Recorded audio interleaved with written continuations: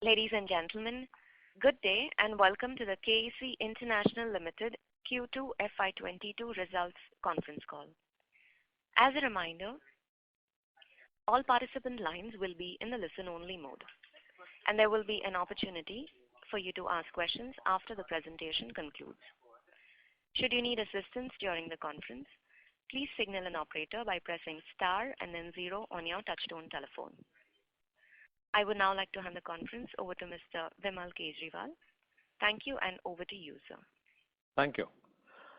Good morning. I welcome you all to the Q2 earnings call of KEC. I hope that you and your family are safe during these challenging times. Let me start with a brief update on our recent acquisition and thereafter talk about the overall performance for the quarter and half year and each of the respective businesses. We had launched the oil and gas cross-country pipeline business in line with government's thrust in this sector and our vision to strategically expand our business portfolio into adjacency. To accelerate growth in the business, I am happy to share that we have completed the acquisition of 100% equity in Spur Infrastructure Private Limited in October 21. Spur Infra is now a wholly owned subsidiary of KEC. Spur Infra, incorporated in 2016, is an EPC company engaged in setting up cross-country oil and gas pipelines and city gas distribution networks. In the last 3 years, Spur has an annual revenue in excess of rupees 100 crores each year, a profitable track record, technical expertise, and experienced manpower. It has an order book in excess of 600 crores, comprising of cross-country pipelines and city gas distribution network projects from marquee customers. The acquisition is in line with our strategy for adjacent growth. This acquisition will enable us to capture the lucrative growth opportunities in the oil and gas cross-country pipeline EPC sector in India, as well as in the international markets, especially in MENA and Africa. Now coming to the performance for the quarter. We have achieved revenues of 3,587 crores, which is a growth of 10% on consolidated basis and 18% on standalone basis vis-a-vis Q2 last year, despite the challenging environment which we are all seeing. The growth has been delivered by good performances in all our businesses such as T&D, excluding SAE, civil, railways, and cables.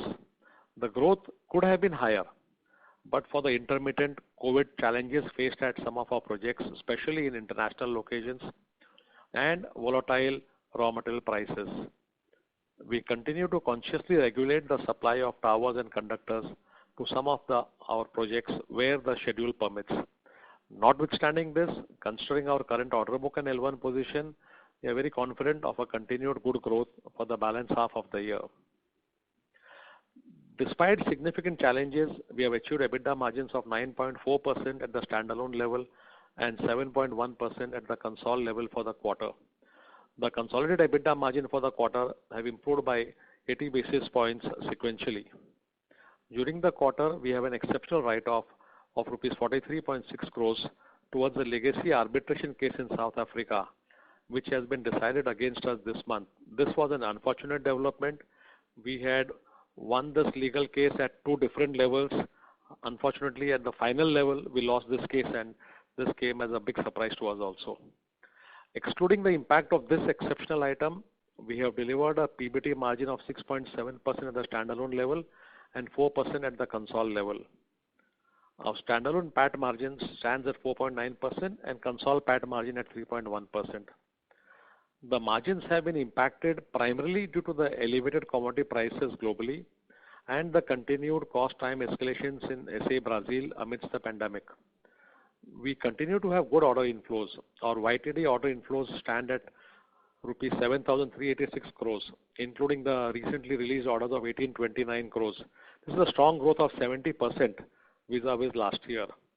The largest contributors in the order intake have been our international T&D and civil businesses, followed by railways. Our order book, including L1, as on date stands at an all-time high of rupees 28,500 crores, including Spur Infra of 600 crores and L1 position in excess of 7,500 crores.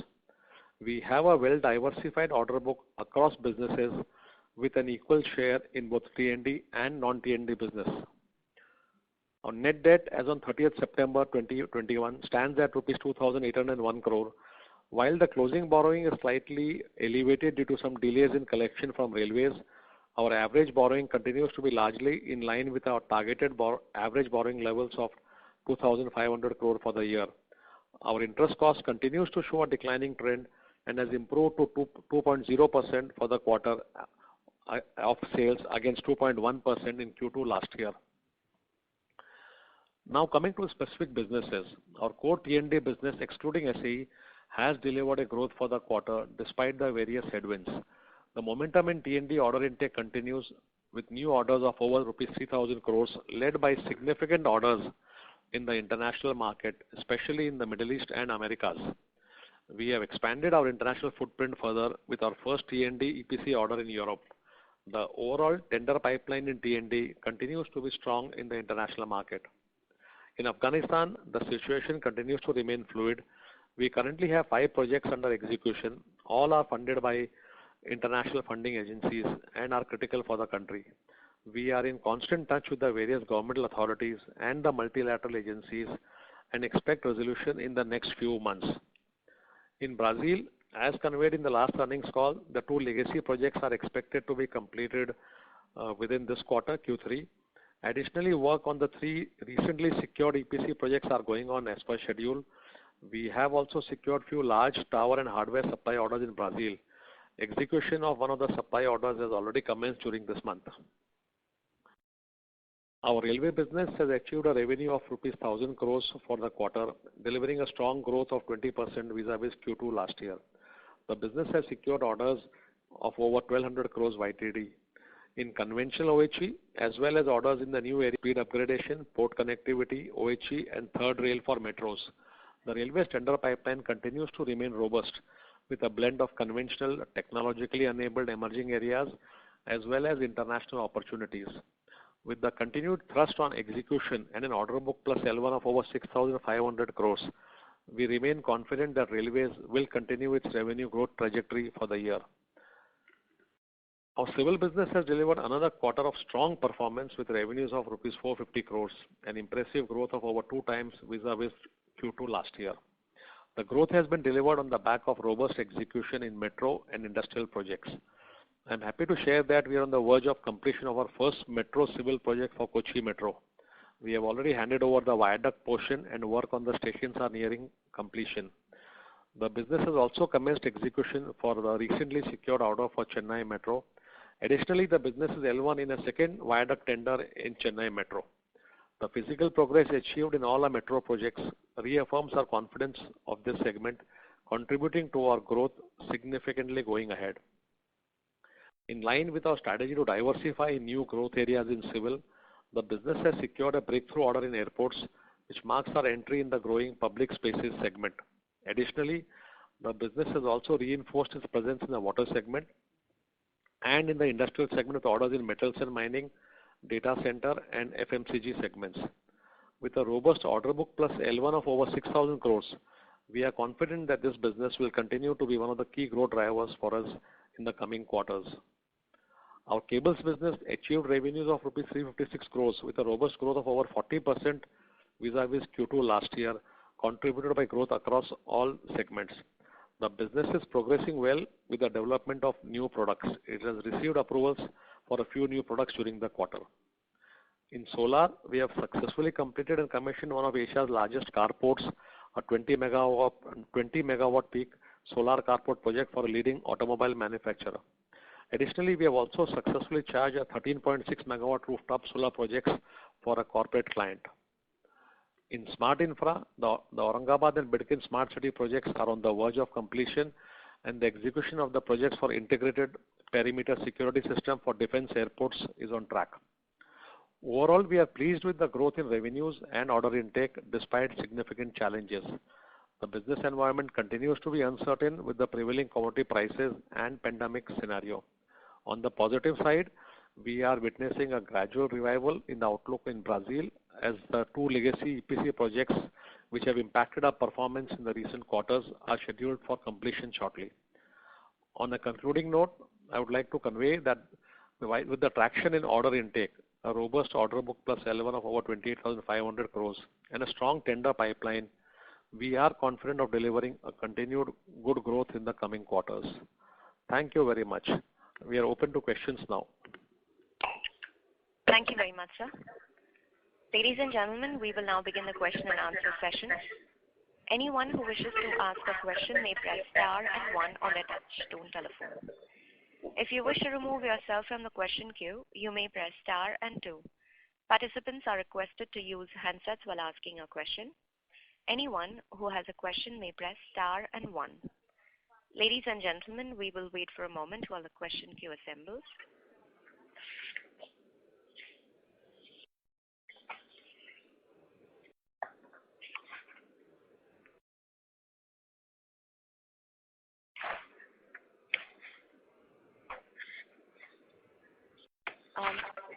Ms. Bhumika, please go ahead with your question.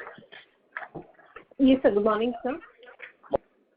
Sir, just wanted to understand the margin profile, given the current escalation in raw material prices.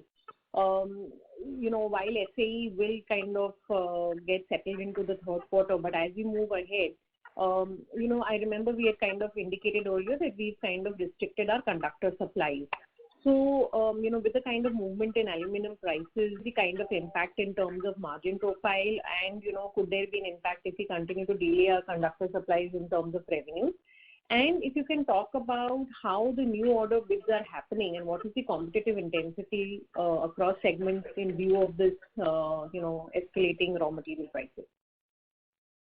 So, Bhumika, the margin profile on non-T&D is clearly right now better than T&D, because in T&D we are executing many of the older projects, and quite a few of them do not have a pass-through clause, whereas in civil and railways generally there is a pass-through clause.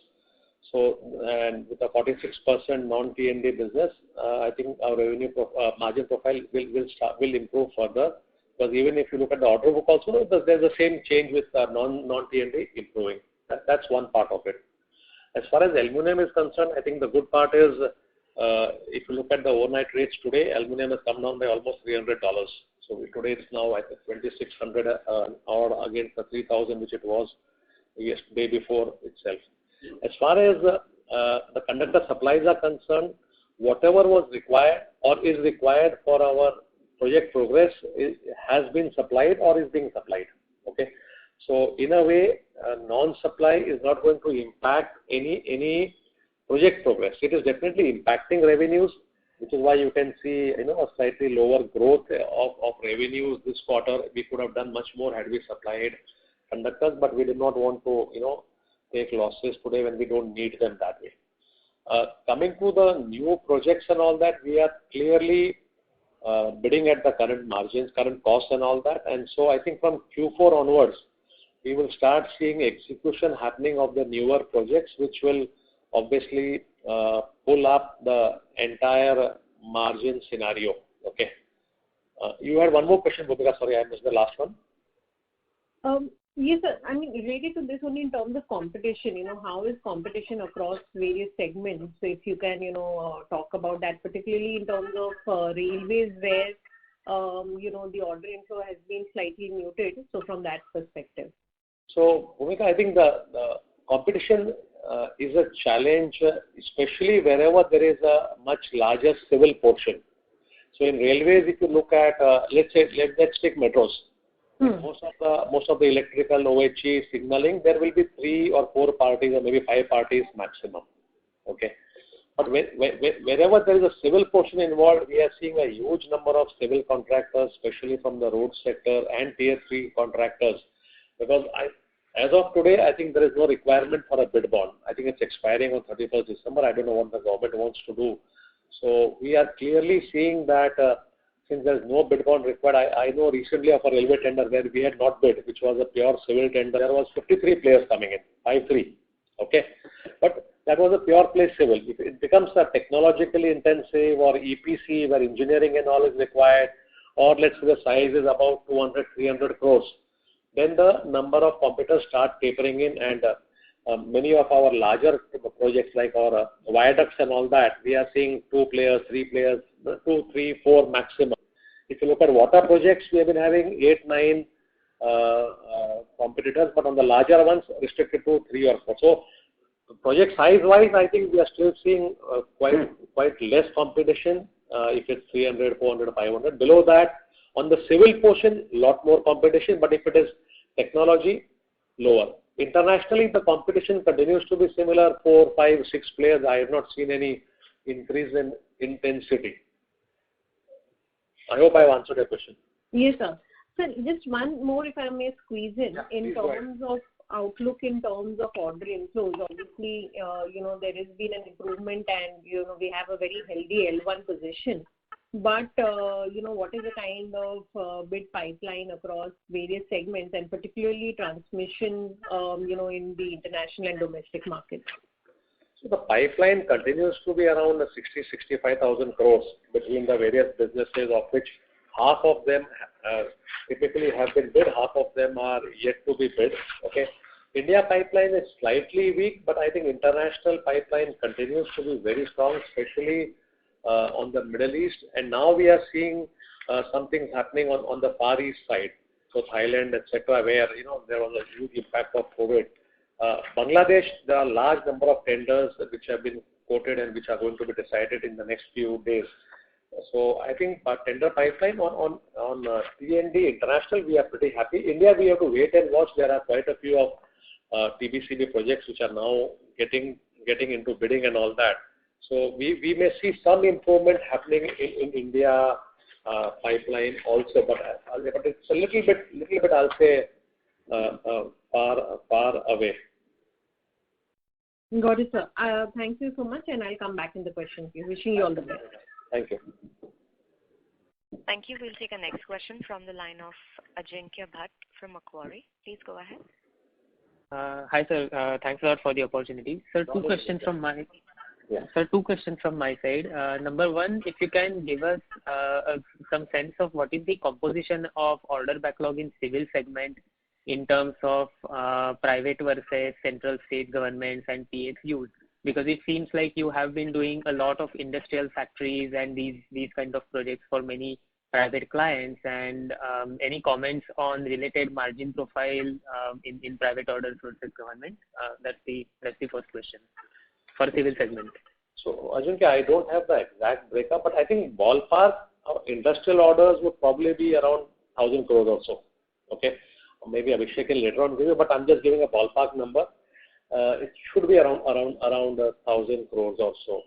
A margin profile does not change too much. I think does not change too much, because what happens is the industrial projects are all, people want the factories yesterday once the board approves it. So they are all 6 months, 9 months, max would be probably 12 months projects. Okay, so margin would typically be between 8 to 10, 12% depending upon the size of the project. PSU projects and all that, which are probably 80% of our profile, largely because of two major jobs which we have. We are doing 6 metro viaducts, and we are doing right now 4 water pipeline projects. Okay, so water would be roughly around 1,000 crores, and metro, I don't have the exact unexecuted value, but it would probably be around 2,500-3,000 crores. Plus we have got some L1s also. That's the broad number. Plus we have got a few defense orders on civil side. So you can take it around, let's say 80-20, 80% public, 20% private. Okay, understood, sir. And sir, secondly, just wanted to understand any guidance on order inflow, because YTD order intake has been about 74 billion. You are L1 in another 74 billion. So we are already reaching 15,000 crores as on today, with 7.5 to spare, with 65,000 crores of tender pipeline. So is it possible you can hit maybe 17, 18, 19,000 crores kind of order inflow? Any broad sense on that? You don't have to give exact number. So Ajinkya, if you ask me internally, we would love to do around 18,000. Okay, that's a broad number which we have been thinking कि 18,000 करना चाहिए हमारे को. Okay, now whether we will be able to convert everything into orders or not, but I think with quite a few tenders now opening in L1, etc., I'll say that with order intake plus L1 should reach around that number or maybe slightly higher if we add both of them together. Okay. Order intake by itself with 7,000 and odd and 7,000 of L1, I think at least 15,000 should definitely happen. Our target is to go to 18. Let's see if we can reach there. Otherwise, we'll have some large L1 which will probably get converted in Q1. Got it, sir. Thanks a lot for answering these questions and all the best. Thank you. Thanks, Aditya. Thank you. We'll take a next question from the line of Vivek Ramakrishnan from DSP Mutual Fund. Please go ahead. Sir, good morning and festive season greetings to you and your team. I have two questions. I'll just ask them sequentially. The first one is, so thanks, sir. The first one is on the T&D international business. And going off from the first questioner, you said that the competitive intensity is not very high in that business and it's normal, but all the suppliers must be bleeding with the raw material margins. Is there a better way of doing this business? Is there any change that can be done in terms of hedging your raw material margins or moving to a floating price contract, for a lack of a better word, is the first question. The second question is in terms of working capital. Yes, you stuck to your broad guidelines, but is there any sense that there will be any, the funds from railways will be released shortly, or has there been any movement in the receivables? Those are my questions, sir. So, Vivek, on the second one, receivables, I think apart from railways, and that also in the last couple of months, we have seen some delay. Already this month, we have seen a lot of inflows happening from railways. We have not seen any stress on working capital otherwise. That way. Yes, there have been requests from suppliers and all that, so that MSME and SME and other suppliers still continue to be under stress. So we do keep on funding them. So there is a large increase in acceptances, more to accommodate suppliers than because we need them. As far as international is concerned, what you need to understand is that we have got orders which are divided into transmission and substation. Substation, we are not facing that much of a problem on the cost side, because more or less, the tenders are, when you bid for them, you get fixed prices, etc. There is some copper variation, but normally it's okay. So I don't see a major issue, and fortunately for us this time, we are already, I think our order intake has 5 or 6 substations. Almost 50%, I think, our international order intake is some substations this time. Coming to our main question, saying, can you change? Very difficult, the way that the contracts are bid. I think what has gone, I'll say, wrong this year, especially on the numbers, has been an unusual delay in award of contracts because of COVID last year.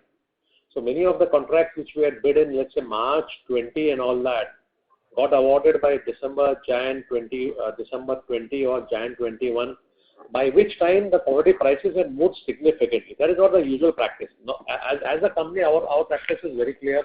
The day the tenders are opened and we are L1, we go and hedge at least whatever is hedgeable. Okay, steel is not hedgeable, but at least aluminum and copper, we would definitely hedge it. But if the tenders have not been opened, then there is a problem, because you do not know whether you will be L1, and if you hedge and then the prices come down, you have another issue.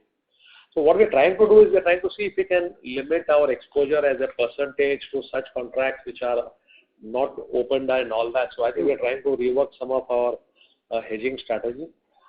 Unfortunately, this time the entire metal let's say intensity has been for a much longer period. Generally, we have not seen cycles continuing for so long, and over the life of a project, if the prices have gone up, they do come down by the time we finish. This time they had continued for a longer. Hopefully, we have started seeing a meltdown happening. Copper went down to 9,500, aluminum is 2,600 and all that. So I think they're coming back in the normal cycle. Honestly, we do not see a way of getting out of this unless we decide to quote only for price variable contracts, which are generally not there. Middle East doesn't have it. Africa doesn't have it. So SAARC and all countries which are near India and all that, that's an area where typically we are seeing price variation. But otherwise, normally we have not seen price variation in international contracts. The other part which I would like to say is that if you look at a component of a transmission line, the items which are hedgeable are only aluminum and copper, which will be 30-35% of our total cost. Rest is steel and construction. So it's not that bad. It's unfortunate that we had a year's backlog in opening of contracts, and simultaneous significant change in the pricing. But I think we are now getting over it. Most of our, I'll say 60-70% of our steel has already been supplied over the last 2-3 quarters. We only have now 30-40% of fixed price contracts, and also with the new contracts coming in, we will start seeing an upward movement, in the piece. Sir, all the best, sir. If I can squeeze one more question. Yeah, please go ahead. When you say, a contract, door-to-door transmission contract, what is the timeline that you take for a typical contract? Average is fine, sir. Average would probably be around 15 months or so. They vary from 9 to 24, but average, I'll say, would normally be around 15 months. Okay, sir. That is very useful. Thank you very much and all the best, sir. Thank you, Vivek. Thank you. We'll take our next question from the line of Khushbu from Quant Mutual Fund. Please go ahead. Hello, sir. Good morning. Good morning. My question would be if you could give the bifurcation between, like, just the revenue mix, like between the different segments of the company. I thought we had given it in the investor presentation. You want anything beyond that? Actually, I couldn't find. Has breakup between various businesses. Is there anything specific you're looking for? Actually, I couldn't find it in the investment presentation. I'll have a look at it again. Yeah, please have a look at our non-T&D was 46%, T&D was 54%. So we have given it business-wise also. So have a look at it. If you need something more, please talk to us. We'll be happy to give it. Thank you so much. Thanks, Khushbu. Thank you. We'll take our next question from the line of Priyankar Biswas from Nomura. Please go ahead. Good morning, sir. Morning, Priyankar. So my first question to you is regarding Brazil. So as you said that by 3Q this legacy project should be over.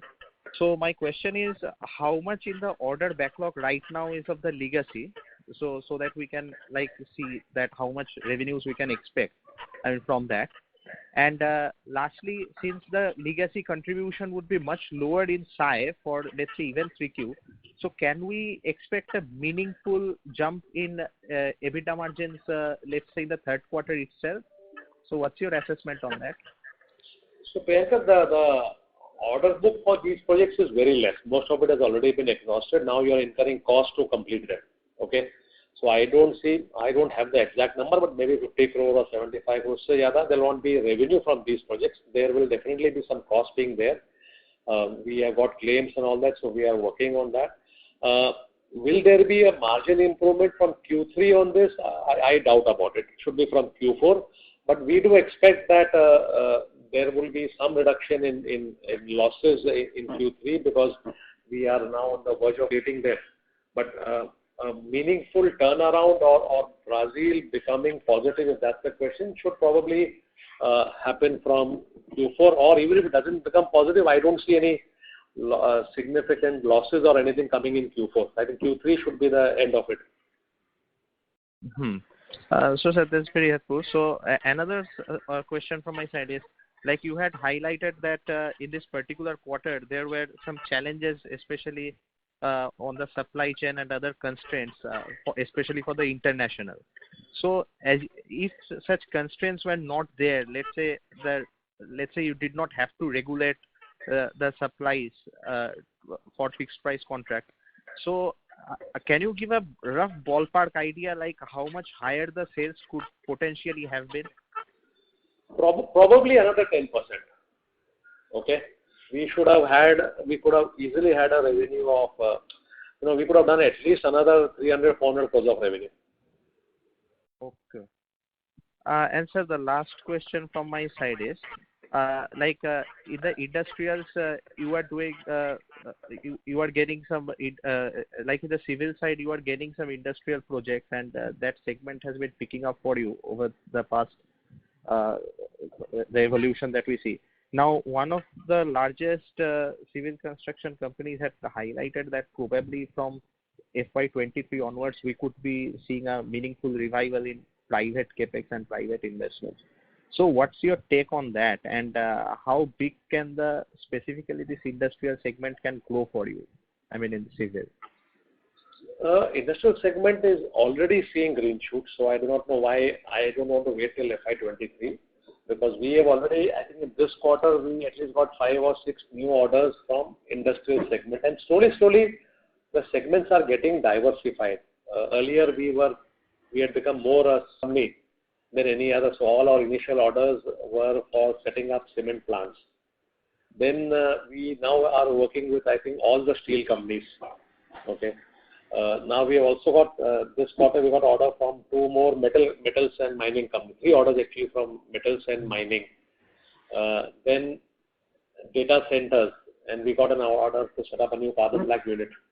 So I think we are slowly seeing, plus I think one we are getting in a chemical also. So I think we are slowly seeing the capex cycle spreading over many of the industries. So any estimation like what sort of growth can we see, like let's say in the next couple of years? Any ballpark? So civil business by itself, let me put it this way, this year we should be doing 2,200 or so, which will be 100% growth. Next year we expect the business to grow by at least another 50% or so. But private, we honestly do not take too many private orders because the pressure on execution, and then later on most of the private sector we do see a lot of appeals on getting the last mile payment, etc. So we have been a little bit choosy on private sector. I think our private sector will also grow similarly, maybe 20-30%, or at least this now it is at a low base. This year or next year maybe it may grow by 50%. But after that we'll have to see how it shapes up. Okay, sir. That's all from my side. Thank you, Priyankar. Thank you. We'll take our next question from the line of Swarnim Maheshwari from Edelweiss. Please go ahead. Yeah, hello sir, good morning. Hello sir, good morning. Thanks for the opportunity. Yeah, go ahead. Sir, yeah, sir, 2 sort of questions. First, if you can just highlight, what's the total project size of those 5 projects in Afghanistan that we have, which is, halted right now? I don't have the exact number. 300-400 काम बाकी होगा, as far as I remember. I can give you later on. I don't know the number. Not a very big number overall. No. I think most of all, what I know is Swarnim is out of the 5 projects. I think the completion varies from 60% to 80%. Okay. Yeah.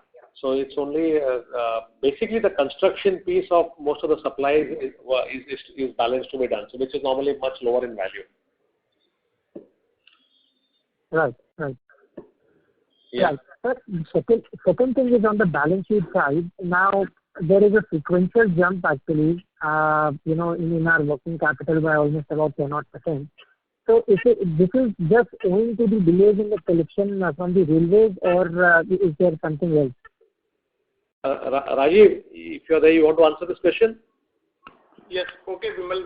So basically, apart from the railway delays, the working capital slightly is elevated due to other reasons. One is, there has been a significant increase in the prices across.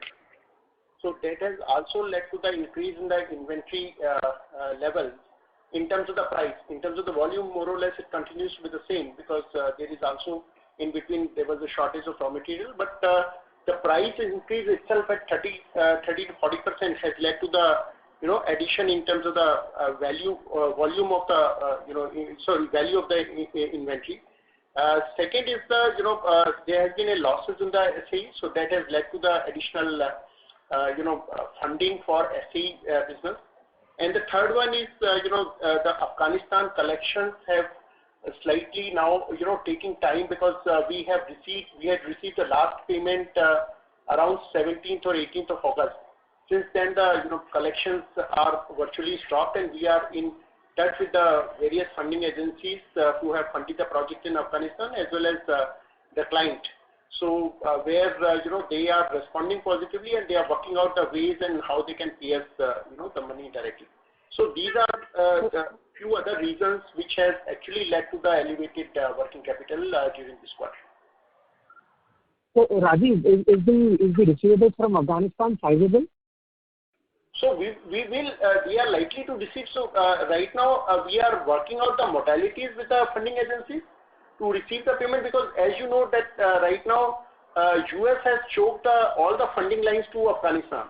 So earlier the payment routing used to be to Afghanistan for these payments, but since the Afghanistan is currently blocked, so we are working out the alternative methods with the various funding agencies. How we can realize our payment for the various progress bills and other bills that we have reached.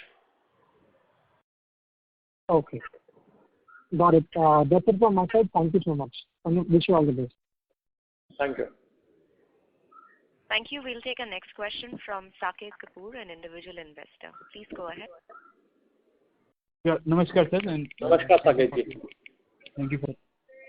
Sir, firstly, as you articulated about this change in the commodity pricing, sir, can we work out with a new normal now? So, जैसे आप ये बता रहे थे, aluminum prices going down by $400 or $300. So now this has become a new normal that $200-300 up and down movement can happen within a fortnight. So if a commodity has fallen by 400, it can move up by another 300-400 in a fortnight. So how is our company now going to align itself to the new normal with respect to these commodity prices, sir? If it happens for a sustainable period of say 1 or 2 years down the line. देखिए दो तीन तरीके हैं साकेत जी. एक तो ये है कि आप थोड़ा सा बिजनेस श्रिंक करिए और बोलिए कि मैं फिक्स प्राइस काम करूंगा ही नहीं, which I don't think is practically possible. Second piece is that you can fix up a risk management limit and say कि भाई 10%, 20% इससे ज़्यादा मैं fixed price नहीं करूँगा. And the third one, which is probably more practical, is you will start building a much larger cushion in your tender costing.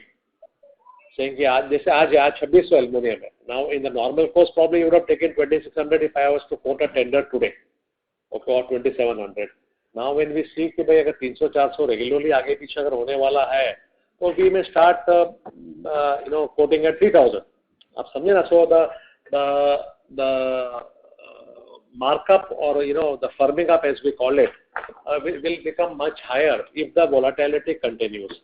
But as I was saying earlier, ये regularly होता है कि prices up और down होते हैं, कुछ contracts में ऊपर होते हैं, कुछ में नीचे होते हैं. अभी जैसे आज की तारीख में आप देखिए, we are still losing money in some of the older contracts, but I now have contracts which I had bid at 29 and 3000. Now I will supply them at 26. So generally हमने ये देखा है कि over a period ये कहीं ना कहीं rationalize हो जाता है. इस साल unfortunately क्या हुआ था कि last year March में the prices had gone down significantly. मतलब आप ये देखिए एल्युमिनियम 1500-1600 हो गया था. And then suddenly what happened is there was a shortage and price went up to 3000. You don't see such swings. 1500 का 3000 नॉर्मल लेवल नहीं होता है. 1500 का 1700 हो जाएगा, 1800 होगा, वो आप that you can absorb in your tender costing. Okay.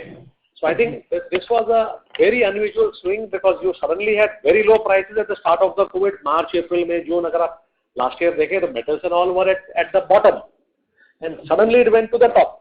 I don't think we have seen such swings generally for the last 18-20 years I have been in this industry. मतलब मैंने कभी ऐसे swing नहीं देखे थे कि भाई एक साल में पूरा डबल हो जाए. So I think we are realigning some of our risk management policies to ensure that we do not happen. The second piece also is that last year because of COVID, the market and the tender pipeline had slowed down. Because of which, to protect revenues, what we also decided is that चलो ठीक है 6 महीने पहले coat किया, थोड़े दाम बढ़ गए तो आप ले लो ऑर्डर को. In the normal course, maybe today we may say no to the client कि अब नहीं लेना है, अब ऑर्डर बुक है अपने पास.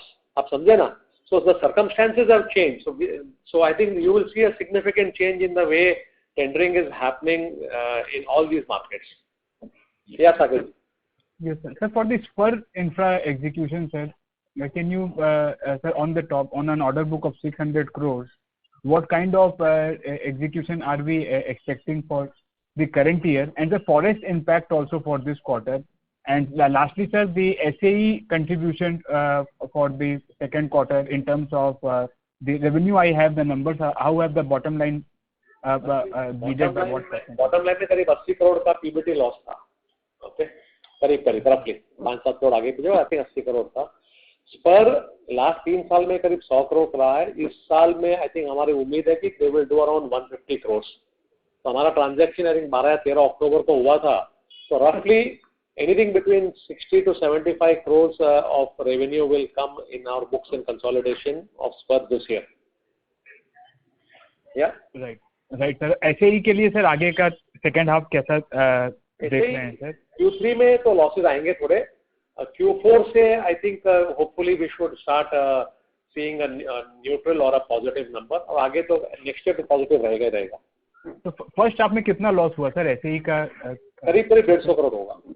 150. और ये थर्ड क्वार्टर में इट विल बी नंबर अभी है नहीं, अभी तो चल रहा है. अगर नंबर होता तो मैं प्रोवाइड कर देगा. हाँ, नहीं सिर्फ डेल्टा समझना चाहिए. Only the delta sir, whether it will be in the similar way और we will be positive and neutral और it should be lower than the first two quarters. Significantly lower than the first two quarters, definitely. Okay. And lastly sir, the forex part sir, how have the forex contribution been? I think 17-18 या roughly 20 crore का positive है पूरे साल का. Rajiv? Vimal, you are absolutely right. So for the 6 months period, it is about 20 crore, and for the quarter, it is roughly about 5 crore. Okay, Saket ji, thank you so much. Thank you sir. I will in the queue sir, and all the best sir. Thank you. We'll take a next question from the line of Deepika Mehta from Axis Bank. Please go ahead. Hi, good morning. Morning. Can you elaborate on the activity that you're seeing on the airport side and also on the smart city side? Particularly looking for what airports and what smart cities are in momentum? Deepika, अभी तो airports में तो I am not seeing much activity right now happening. I think government was more on privatizing and all that. Your comments mentioned airports once. No. So what I'm saying is that we have got the first airport. We have bid for a few more which are more on the northeast side and all that. Okay. We did lose. I think we had bid for Rajkot also, which we lost. For some time there has been a little bit of a flux in the airport, but now government has again announced that they want to build some 220 new airports and all that. So, and then also there was a change in the airports authority management, etc., and the new minister has come. So now I think we expect to see a lot more action on new airports being built. Okay. And the second was? Smart city. Smart city, unfortunately, the way I am looking at it, I think most of that money has got diverted to COVID relief and all healthcare and all that. So honestly, smart side, we are not seeing much happening. Okay, hardly one tender in 2 months or so, something. To me, I think it's right now there's not much action. Let me put it very frankly. Okay. So to understand in smart cities, how's the funding? How does the funding happen? Funding is a mix of part comes from the state, part comes from the urban development center. Okay. Thank you. Thank you, Deepika. Thank you. Thank you. Our next question is from the line of Ashish Shah from Centrum Broking. Please go ahead. Yeah, good morning, sir. Sir, on this working capital bid, you did mention that railways is one of the issues. But so, is it because of some fund crunch at the railways you're not getting paid, or there is delay in certifications? Because what I actually see is that contract assets have gone up, which might indicate that maybe there is delay in certifications or there is more of unbilled. So if you can just highlight that. Ashish, it is the first one. Basically, there is some delay happening, I think, in the raising of funds and all that. Maybe they are looking at how to raise different, because the passenger trains are not running regularly, so cash flow is a little bit impacted. And delay in certification is a consequence of that. Okay, because I'll tell you, in many of the railway PSUs with whom we work, they have a practice that they will keep only one bill in the pipeline. So if they have not paid my first bill, they will not upload the second bill in the pipeline. So it remains sort of, what you call unbilled or in contracts under execution. So right. The second one is a consequence of the first one. Got it. And do you see that improving anytime soon? Definitely. I think it has improved already. In this month, we have collected more than 200 crores in railways already. So I think it's starting to improve. There must have been some, I don't know what crunch or whatever happened. But otherwise, we have never faced a problem. And I don't think we will face a problem. It should get resolved. Sure. So can you leave us with some guidance that you can for the full year in terms of what revenue growth you might be looking at consolidated level, and what is the kind of margin that you may expect? Revenue, I think we have been talking about 15% growth. and I think for the half year we are at 12%. So I think we are reasonably confident that we will be able to do a 15% growth, with the current order intake which we have, order book which we have. Margin looks difficult to give the numbers right now. We were at 6.3 in Q1, 7.1 now. I think we probably would like to go to, I don't know whether to commit the numbers or not, because metal prices and all are this, but definitely we feel that H2 will be much better than H1 in terms of margins. Whether we'll do 8% or 7.75 or 8.25 or 8.5, I am not sure, but it will definitely be much better than the current H1 numbers. Right. Sure. Okay. Thank you. Thank you, sir. Thanks, Rajesh. Thank you. Our next question is from the line of Harshit Patel from Equirus Securities. Please go ahead. Good morning, sir. Morning, Harshit. Sir, could you give us any idea on the HVDC pipeline on the domestic T&D front? So do you see any new projects coming up? What could happen in the next 3 to 4 years? And the follow-up to that would be, what is our margin profile in this kind of projects? Do we get to earn significantly better margins than the usual T&D projects? You're talking about HVDC lines. I have not seen any new HVDC lines being announced, except I think there are 1 or 2 private lines coming up in Mumbai on HVDC basis. Okay, that is right now. There's no other HVDC on the. There is a talk about this Leh Ladakh. Once the solar project comes up, then there is a large talk about that being an HVDC line. Okay, but as of now, I don't think they have firmed up whether it will be HVDC or not. So apart from a couple of private sector HVDC lines, I don't think we are seeing any significant HVDC line coming up. No, the margins would be, I'll say, better. Not for us as an EPC contractor. We'll be generally okay with similar margins. For us, it is like building any other line. But for HVDC equipment suppliers, obviously that's a monopoly business between, I think we in India, we have only 2 of them. So they will probably have a much better margin. Right. Sure, sir. And sir, my second question would be on the railways front. So you had earlier indicated that we had already started bidding for a few projects on the international arena. So has there been any significant movement in the L1? Which of these countries would be, and by when do you think we can get our first order on this front? So we have bid in 3 or 4 countries. I think 4 or 5. I think 4 countries we have already bid. So we do expect that during this financial year we will end up with at least 1, if not 2, orders in the international. Okay. So is there something in L1 at the moment on this front? There is 1 L1 in this.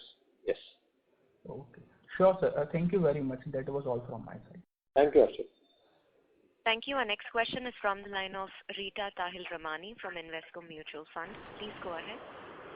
Hello, sir. My question. This one question is in terms of this net debt plus acceptances have significantly increased in this particular quarter. What could be the expectations by the end of the year? One, and secondly, also wanted to understand the cost of debt as on now. Rajiv, you want to answer this, please? Yes. So basically, these are the. We have tried to elongate the period for the various trade creditors by through this acceptance route, wherein we are able to reduce the interest cost significantly. Whereas a lot of smaller vendors, they need the cash, so we are able to discount those bills with the banks at a significantly lower interest rates. So that is the reason this acceptance amount has gone up. So that is it is helping us to increase the payable days as well as meet the requirement of the vendors in terms of the quick payment with a minimum cost of funding. Okay. And what could be the ending debt, maybe say by FY22 end? So my sense is that these acceptance levels should continue at around 1,500 crore or so which is generally the current level. Okay. And gross debt basically? Gross right now is let's say close to about 3,000 odd crore, and we expect better collection in the second half. And railways, as Vimal has already mentioned, that we have started seeing some green shoots and started getting some more collections. So I think the overall guidance for the borrowing level is about 2,500 crores. So we should be able to maintain within that in the second half. Okay. And what is the current cost of debt for us?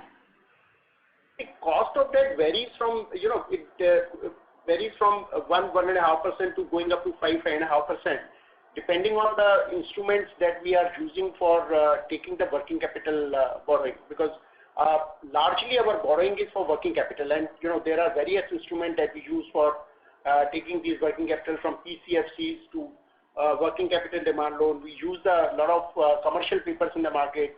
So rate varies from instrument to instrument.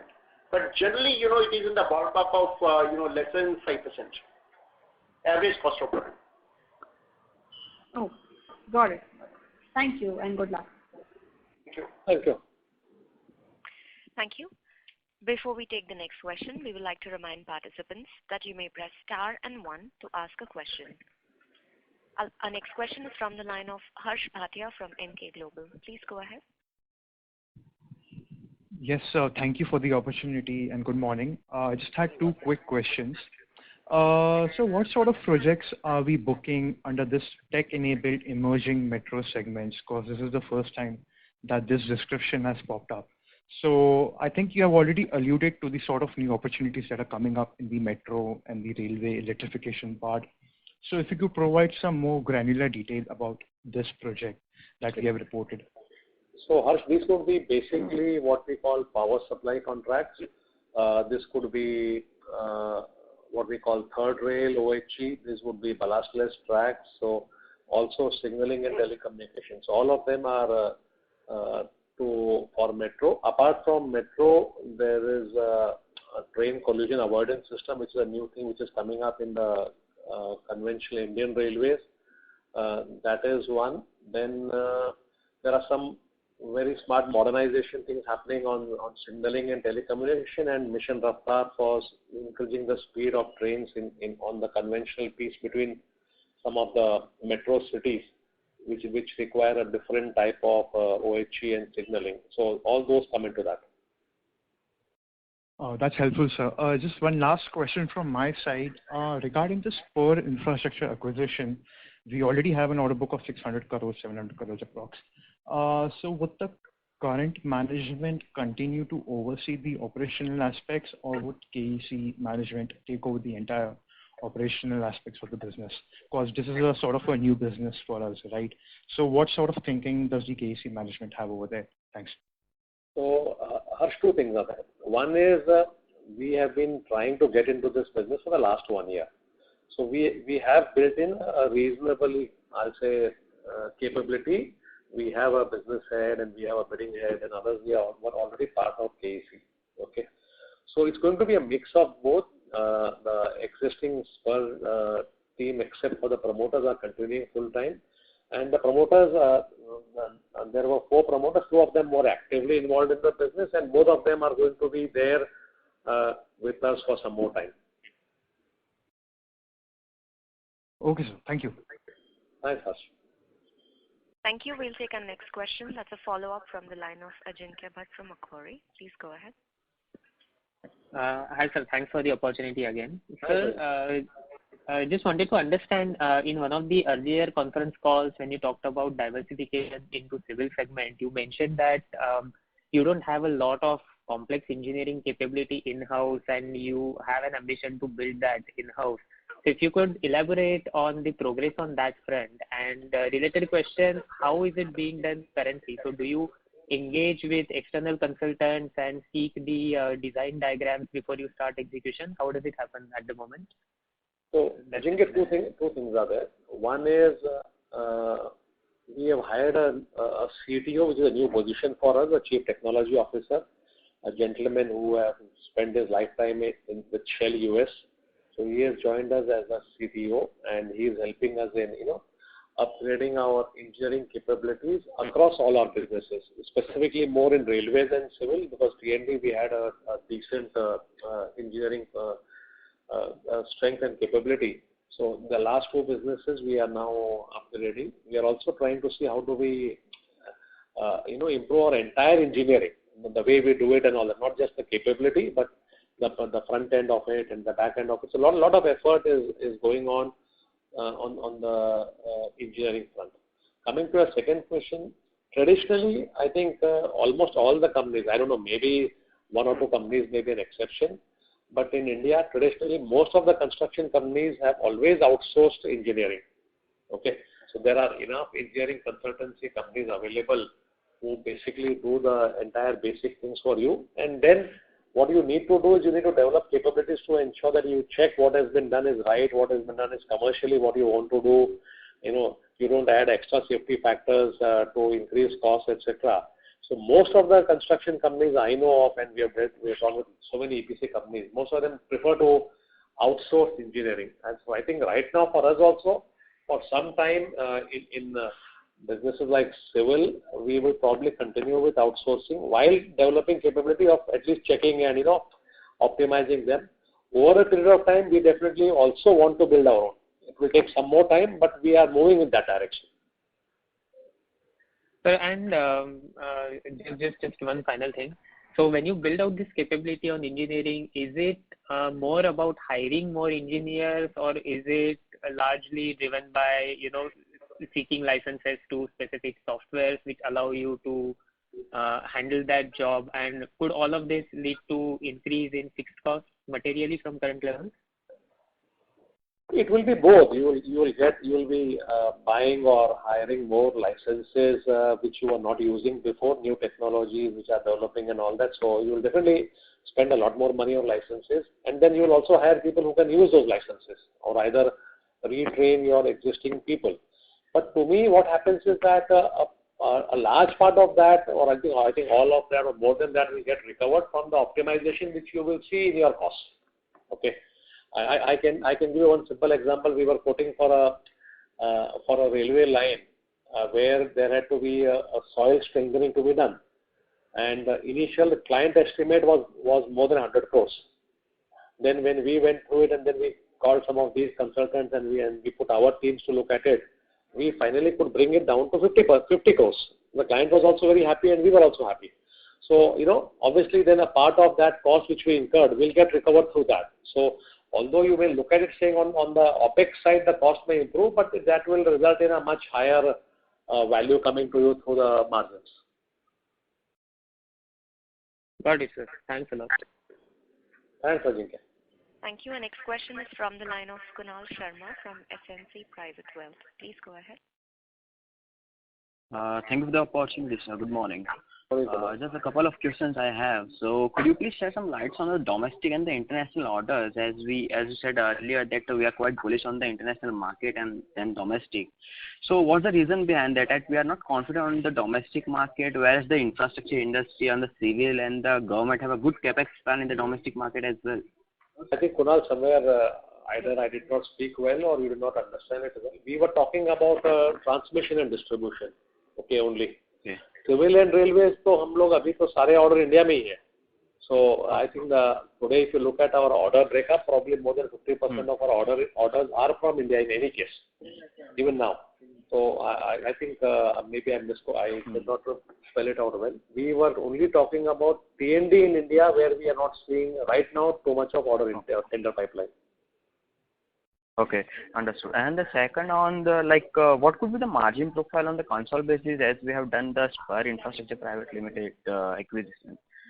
Spur is too small to impact our margin profile. So 100 crore का revenue अगर आएगा 13,000 14,000 में, so it will not move the needle. Yeah, so that will not change. Although Spur has a slightly better probably or even similar profile, I don't see Spur changing our margin profile for a few years. Okay, understood. So will we maintain the margin as we have done earlier? Yeah, whatever we have done. Yeah, thank you so much. Thank you. Our next question is a follow-up from the line of Saket Kapoor, an individual investor. Please go ahead. Yeah, thank you again, sir. Sir, for the cable business part, if you could give some more color on the same, how is the order booking and how is commodity compressing the margins for the cable segment also? Saket ji, cables mein what is happening is the demand is high. Let us be very clear, there is a lot of inquiries, lot of demand which is happening. Unfortunately, because the raw material prices were very high, clients have not been closing the transactions. कि यार थोड़ा दिन रुक जाओ, दाम कम हो रहे हैं. So now that the prices have come down of copper and aluminium, I definitely see there will be a huge spike in the orders for cable. Notwithstanding that, I think our order intake and revenue for this business has never been so good as has been for the last 6 months. It's been highest, I think 30-40% increase over last year. But even otherwise, generally, if you see, I don't think we have ever done 600 crores of revenue in the first half for cable business. So that is one part on the demand. There is enough demand. There was some slowdown in ordering because of commodity prices being high, which I think now people will start ordering. As far as margins are concerned, generally, if you look at the metals, aluminium, copper and all that, they are normally passed through. मतलब आज अगर order आया तो शाम को उसको metal को hedge हो जाता है. So we don't see a major impact of metals on the margin per se, in the sense the percentage margin कम हो जाता है क्योंकि आपका order value बढ़ जाता है, but the absolute margin remains where it is. I think the problem in cable industry, which is hitting many players in cable, is the rise in price of the plastic material. I think XLP, PVC and other insulation material is something which normally is not hedgeable, and normally people have never seen large movement in those material. And whatever we saw in the performance of some of the cable companies, I think was not more from metals but from the plastic side. I think that is what has hit a lot of people. और उसका कोई उपाय नहीं है, unless आप लेके रखो 6 महीने का स्टॉक करो, 12 महीने का स्टॉक करो. And that has also been a slight problem because of logistics issue and all that, because it normally comes from Japan, Korea and all that. So there have been, and China. So there has been some problems. So there has been some increase on the plastic side, which was not expected, which has impacted the cable margins. But otherwise, I think this was one of the best half year we have had in terms of business for cables. Okay. And then going forward also for the H2, there is a likely trend. And if you could give the order book position for the cable segment, and mainly it is the state utilities that are the buyers, the category also, sir, if you could give. देखिए cable में तो order book होता नहीं है, आप order आता है, it's like any other, ये तो हमारे लिए प्रोडक्ट हो रहा है, आता है चला जाता है. तो order book will not be much on the cable side. 100-125 crore के हर महीने के ऑर्डर आते हैं, वो एग्जीक्यूट हो जाते हैं. और 300-400 करोड़ का होगा मेरे हिसाब से ऑर्डर बुक, जो नेक्स्ट 3 महीने के ऑर्डर होगी. I don't have the exact number, Abhishek से बात कर लीजिए, बट मेरे हिसाब से इतना कुछ होगा. अगर आप बिजनेस में देखें, if you look at where the orders are coming, I think we are seeing a lot more happening on underground cabling. So we clearly see that EHV cabling will significantly pick up in H2 and are going forward. I think after the cyclones and other issues which are having a right of way and the Supreme Court order in the GIB case in Rajasthan, we are clearly seeing that many of the companies and discoms and all are, not discoms, transcos and all, are now looking at doing underground rather than doing overground wherever it is feasible. So clearly EHV में बढ़ेगा, solar में बढ़ेगा. Okay, we are not seeing too much happening on the housing side, and industrial में बढ़ेगा. जो अपने industrial capex की बात कर रहे हैं, वहाँ पे every new industry will have at least 20-30 crores of cables. So industrial demand, solar demand, and EHV cabling. These are the 3 sectors. And sorry, 4th is railways. Our biggest increase has been from the railway side for the conductors and cables and all that. So I think these are the 4 sectors where we are clearly seeing a large demand for improvement in cables. Yeah, a very small point, sir. In EHV, what is our market share currently? Market share मेरे पास नहीं है, बहुत मुश्किल है, because EHV में है ही 3-4 player है, तो सभी का मतलब बराबर ही होता है. And sir, EHV का application metro coaches and all में भी है? No, EHV metros में नहीं है, but EHV will be used to supply to metros. Okay, तो metro line को शुरू करने के लिए जो power लगेगा, उसमें EHV लगता है, but generally it is 33 kV. Didn't get the last point. It is generally 33 kV. 33 kV. Right. Thank you. Okay, sir, and all the best, sir, and happy Diwali to you. Thank you, Saket. Happy Diwali to you. Thank you. I would now like to hand the floor back to Mr. Vimal Kejriwal for closing comments. Over to you, sir. I'd just like to thank everyone for their continued interest, and would like to, tell the team that we have a good order book and all that, and Q2 has been a slight blip on account of raw materials and South Africa. I think we are pretty confident of our future growth. Thank you so much. Thank you, everyone. Thank you, members of the management. Ladies and gentlemen, on behalf of KEC International, that concludes this conference. Thank you for joining us, and you may now disconnect your lines.